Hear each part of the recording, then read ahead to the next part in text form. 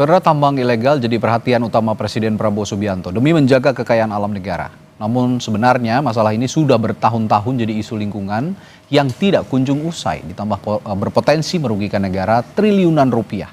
Lalu seberapa serius pemerintah memberantas tambang ilegal? Kita akan kupas seberapa besar peluang pemberantasan ini berhasil dengan dua narasumber kita yang sudah hadir di studio. Ada Pak Toto Daryanto, anggota Komisi 12 DPR dari fraksi PAN, dan Melki Nahar, Koordinator Nasional Advokasi Tambang. Selamat malam Bapak-Bapak. Ya, malam. Saya ke Mas Melki dulu nih. Ini kita flashback ke tanggal 19 November kemarin. Kan ada sidak lah ya dikatakannya, Satgas PKH ini. Ini langsung dihadiri oleh Pak Menhan, Syafri Samsudin, lalu ada Panglima TNI, Jaksa Agung, yang pada saat itu menyita 23 unit alat berat. Nah, tapi pertanyaan saya, apakah ini merupakan langkah konkret atau jangan-jangan cuma aksi simbolik aja? Kira-kira. Saya kira dalam kasus yang tanggal 19 itu bisa jadi ini sesuatu yang serius. Oke. Gitu ya. Tetapi keseriusan itu tidak cukup hanya kausistik seperti itu. Oke. Tanpa memperhatikan apa masalah struktural yang berkaitan dengan betapa langgengnya pertambangan ilegal di Indonesia. Dan saya kira salah satu yang menarik pernyataan dari Menteri Pertahanan bahwa negara tidak boleh kalah. Ya, negara gitu tidak ya. boleh kalah. Tapi kan pada praktiknya aparatus negara justru menjadi bagian dari aktor kejahatan yang sama. Kan itu rumitnya. Oke, tapi sudah bisa dibuktikan atau tidak keterlibatan itu kira-kira? Udah banyak Ya? kasus-kasus yang melibatkan aparatus negara kan. Entah politisi, entah aparat keamanan baik polisi maupun tentara begitu. Dan saya kira salah satu temuan menarik September kemarin itu terjadi di Provinsi Aceh. Oke. Pansus DPR Aceh itu menemukan ada 1.000 eksavator aktif yang beroperasi di sekitar 450 titik tambang ilegal. Tambang apa itu? Emas ya? Tambang emas dan segala macam. Dan menariknya, satu eksavator itu menyetor dana jaminan keamanan kepada oknum aparat sebesar 30 juta. Wow. Kalau kita hitung misalnya. Tapi gini Mas Melki, mungkinkah ketika pemerintah melibatkan juga Menhan, lalu ada Panglima TNI, ini supaya mereka juga takut tunduk juga terhadap posisi yang ada di atasnya, jabatan yang ada di atasnya, langsung turun sendiri, masa masih mau berani begitu kira-kira membackingi tambang ilegal? Ya, mestinya itu bisa menciutkan aktor-aktor yang beroperasi selama ini di lapangan begitu ya. Tetapi problemnya seringkali apa yang dibacanakan di ruang publik, terutama yang terbaru tanggal 19 kemarin itu, seringkali kan tidak mencerminkan situasi real yang terjadi di lapangan begitu ya. Kan ini bukan baru pertama kan. Upaya penindakan terhadap tambang ilegal ini udah sering sekali dilakukan oleh pemerintah. Tapi apakah itu mengurangi masifnya pertambangan ilegal di berbagai wilayah di Indonesia? Kan enggak juga gitu ya. Praktiknya justru terus semakin ekspansif begitu dari satu wilayah ke wilayah sampai lain. Tahun ini. Tapi dengan adanya upaya ini, apakah Anda secara visioner misalnya ke depan bisa memandang bahwa ini akan berkurang sedikit demi sedikit? Mestinya iya, tetapi salah satu catatan kritis untuk Presiden Prabowo adalah ia terlampau menekankan sisi ekonomistiknya, gitu ya. Pengembalian kerugian negara. Karena yang ia kejar adalah pendapatan yang loss kepada negara. Seharusnya didapatkan oleh negara, begitu ya. Mestinya yang perlu dicermati juga adalah aspek biaya eksternalitas yang selama ini tidak pernah dihitung oleh negara. Seperti misalnya? Termasuk kerusakan lingkungan, hilangnya ruang produksi warga dan segala macamnya. Karena itu sangat terkait dengan ekonomi warga lokal begitu.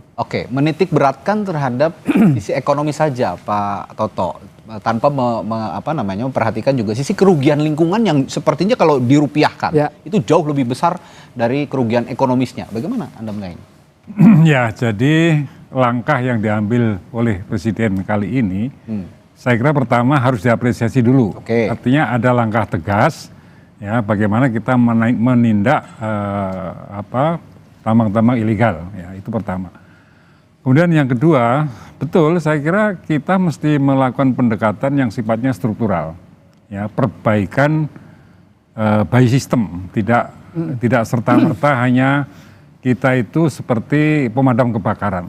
Ya. Ya. Jadi kita mesti tahu. Jadi pemadam kebakaran itu dipadamkan, api di mana-mana akan muncul kembali. Ya, gitu, Pak Toto, ya kalau penyebab dari kebakarannya tidak diatasi ya akan terjadi lagi. Itu kan masalahnya. Jadi menurut saya ini mesti menyadarkan kita untuk kita melakukan kajian secara menyeluruh terhadap pertambangan yang sudah kita jalankan selama ini.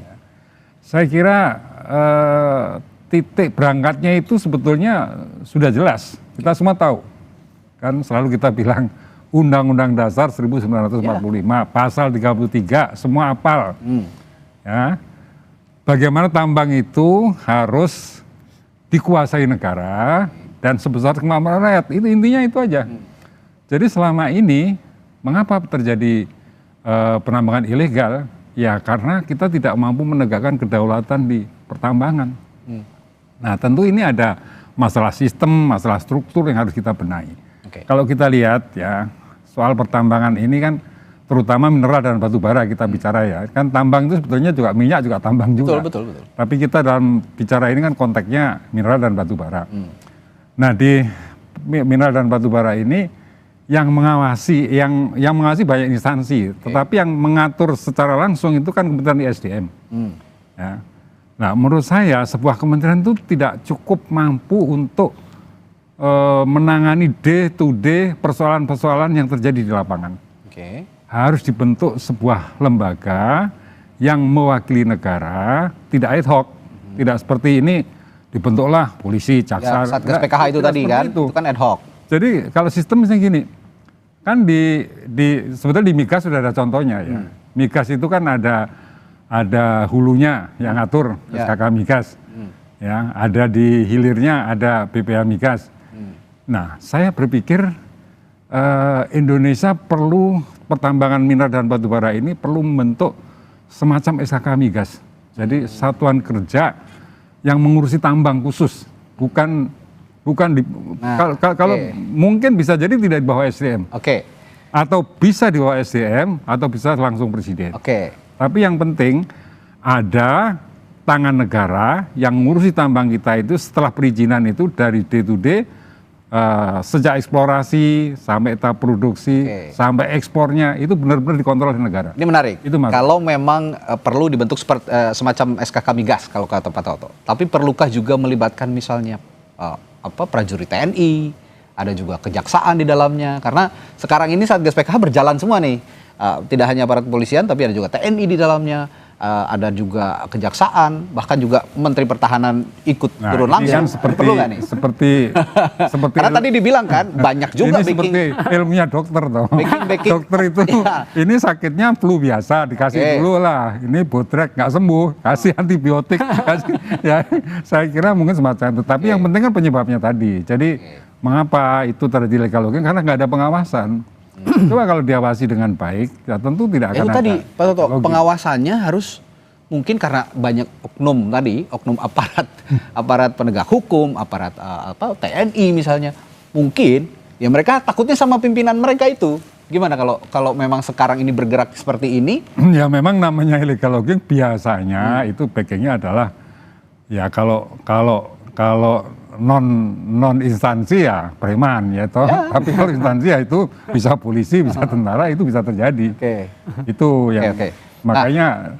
Tapi yang penting sekarang ini harus menumbuhkan kesadaran kita untuk menata kembali pertambangan kita. Tapi balik lagi pertanyaan saya tadi, nilai ekonomisnya yang dikejar oleh pemerintah saat ini dibandingkan dengan kerugian lingkungan yang diderita.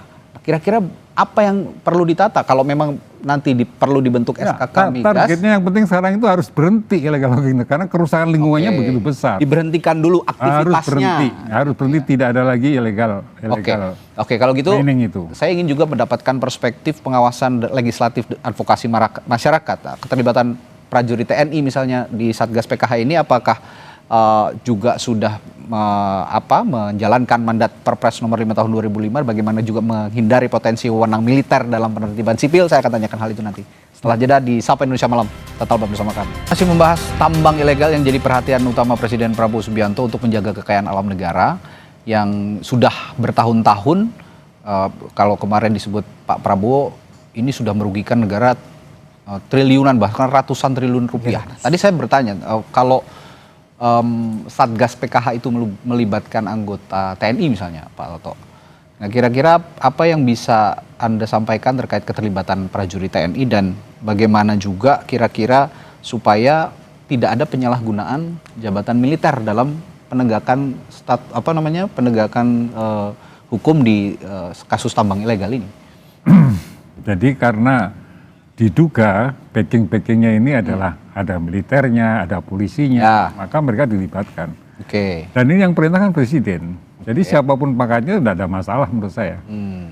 Tapi di luar dari apa yang sekarang dikerjakan, ya, yang penting sebetulnya jangka panjangnya bagaimana kita mengatasi supaya tidak terjadi. Stop aja dulu aktivitasnya gitu ya. Itu. Kalau sekarang harus stop.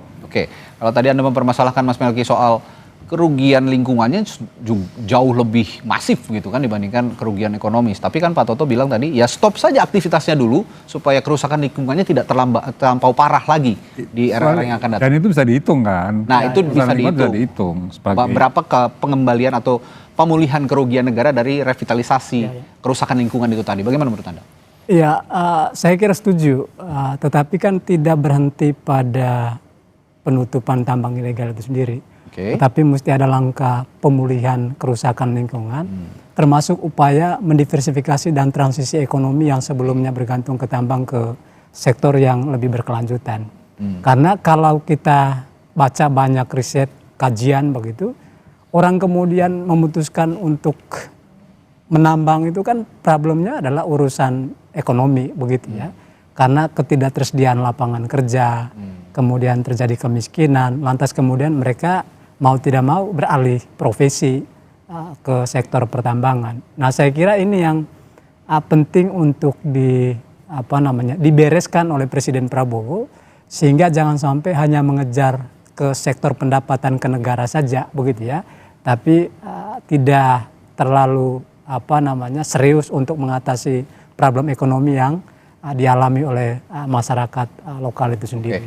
Saya tertarik dengan pernyataan Jatam di bulan Agustus 2025 yang lalu bahwa pada saat Pak Prabowo berpidato kenegaraan di DPR itu kan sangat berapi-api mengatakan bahwa tambang ilegal itu harus diberantas begitu untuk mengembalikan kerugian negara. Tapi setelah itu beberapa saat kemudian Jatam menyatakan itu hanya retorika saja. Tapi sekarang dibuktikan oleh Pak Prabowo dengan terus intensif gitu ya melalui Satgas PK untuk day to day dari daerah ke daerah menyisir terus tambang-tambang ilegal. Nah, sejauh ini sudah terbukti bahwa Pak Prabowo ini juga menjalankan komitmennya menurut Anda? Saya kira belum.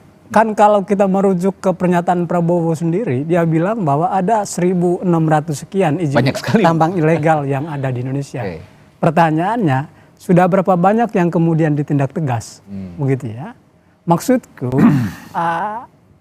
lain hal kalau misalnya pemerintah dan aparat itu tidak menjadi bagian dari operasi kejahatan yang sama dalam tanda kutip dalam urusan tambang ilegal ini, lantas kemudian Presiden Prabowo dengan mudah bicara bahwa ini akan diberantas.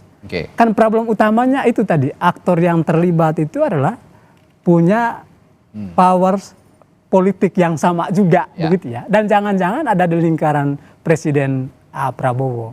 Makanya setuju tadi, jangan-jangan memang Presiden Prabowo mesti mulai melakukan kajian yang lebih mendalam soal siapa dan bagaimana pola yang kemudian digunakan sampai kemudian tambang ilegal ini kok ribuan begitu ya, sebaran titiknya di berbagai pulau di Indonesia begitu. Dan Prabowo bukan orang pertama kan yang bicara ingin menindak tambang ilegal ini. Bahkan zaman Jokowi, Wakil Presiden waktu itu Pak Maruf Amin membuat pertemuan juga yang melibatkan banyak kementerian dan lembaga untuk menyelesaikan problem pertambangan ilegal. Tetapi kita tahu jumlahnya terus bertambah, aktivitas di lapangan terus berjalan. Ini siapa Pak Toto yang harusnya juga melakukan monitoring gitu? Apakah jumlahnya sudah berkurang nih sekarang atau jangan-jangan diberantas satu tumbuhnya 100 gitu? Ya sekarang yang penting diberantas dulu itu kan. Dan dengan gerakan dan ini jangan sporadis. Ada terus menerus ini sampai habis. Jadi presiden harus mencanangkan pemberantasan tambang ilegal ini tidak hanya hangat-hangat Harus terus tuntas sampai Iya, itu habis. Seperti apa yang dijanjikan Bapak Presiden pada Jangan acara seperti kampanye legislasi. politik lagi gitu ya, wacana. Nah, dan kita tunggu. Oke. Namanya ini serius, jadi nama serius sehingga Ya, ya. mudah-mudahan selain yang ditindak itu, mereka yang lain-lain itu juga sudah dengan sendirinya mundur dari lapangan-lapangan ilegal itu. Harapan kita seperti itu. Tapi yang lebih penting menurut saya, kita ke depan mesti menata kembali pertamahan kita. Ya, saya mengusulkan Itu paralel dong ya harusnya ya. harusnya diberantas dan ditata ya, lagi. sekarang DPR mestinya mulai bicara dengan pemerintah. Oke. Yuk, ini kenapa terjadi seperti ini ya, terjadi pembiaran seperti ini kenapa? Ya, kalau orang melakukan kejahatan kan karena ada peluang. Saya kira bukan sekedar karena ekonomi juga. Orang yang ekonominya kuat banyak juga yang korupsi kan. Ya, oke. Karena ada peluang gitu loh. Jadi ini peluangnya memang cukup besar karena tidak ada pengawasan yang benar-benar ketat gitu. Mungkin kalau yang dimaksud Padahal Mas ini Melki sekarang kan era ya. teknologi ya. Era teknologi ini kan bisa dibuat platform digital ya yang mengontrol semua tambang-tambang sehingga ketahuan lah kalau ada tambang-tambang ilegal itu ketahuan gitu. Dan laporan-laporan dari seluruh tambang-tambang yang terdaftar itu juga setiap hari bisa dikontrol oleh salah satu lembaga yang mewakili negara. Oke, itu tadi soal penertiban tambang-tambang. Nanti ilegal. persoalannya bukan hanya yang ilegal aja, tapi pendapatan negara pasti akan meningkat. Oke, nah ini ngomong-ngomong soal pendapatan negara, rekomendasi Pak Toto juga dari DPR kira-kira untuk meningkatkan keberhasilan pemulihan kerugian negara. Apa yang selain memberantas tambang ilegal, apa yang harus dilakukan? Revitalisasi yang didahulukan ya prioritasnya. Apakah revitalisasi atau tadi penataan tambang yang baru atau bagaimana? Penerbitan izin yang ditertibkan atau bagaimana? Jadi pertama, yang ilegal ini sudah diberantas dulu. Dan temukan siapa dalangnya. Jadi jangan sekedar yang ditangkap yang pekerja-pekerja itu kan mereka. Nah itu yang dimaksud oleh Mas Melki kan tadi ekonomi harus, bawah itu yang pekerja-pekerjanya. Ini harus bukan ditangkap bos-bosnya gitu. Siapa bos-bosnya ini kan. Nah bos-bosnya ini harus bertanggung jawab, diseret di depan hukum, mempertanggungjawabkan. Kerugian lingkungan yang tadi Mas Melki ceritakan, di situ dimasukkan. Itu termasuk seluruh kerugian yang lain selain kerugian lingkungan gitu. Oke, terakhir saya ke Mas Melki singkat. Kira-kira kalau memang tadi menyasar bos-bos besarnya dan ternyata di sana ada nama besar, kira-kira pemerintah berani nggak mengungkap nama besar itu tadi? Berani lah. Kita sih pesimis begitu ya. Sampai kemudian sebetulnya kan gini, dugaan keterlibatan mereka-mereka yang punya pengaruh tadi, itu kan sudah mencuat sekian lama begitu ya. Kasus di Kalimantan Timur misalnya yang polisi itu Ismail Bolong itu, bahkan dia menyebut dia setor kemana ke atasannya dan segala macamnya. Nah itu kan yang kemudian dieksekusi ditegakkan kan hanya sampai ke Ismailnya kan. Tidak pada orang-orang yang diduga itu terima setoran dari mereka yang ada di lapangan. Dan itu rumit tantangannya. Ini ibarat di kasus BBM ilegal juga, seorang nama Rizal Khalid aja sampai detik ini belum ditangkap. Nah, ini kita tunggu juga berarti komitmen pemerintah. Kalau tadi belum ketangkap. Belum ketangkap. Oke. Tapi kan yang lain-lain udah ketangkep gampang kok, ini susah banget gitu loh Pak Toto.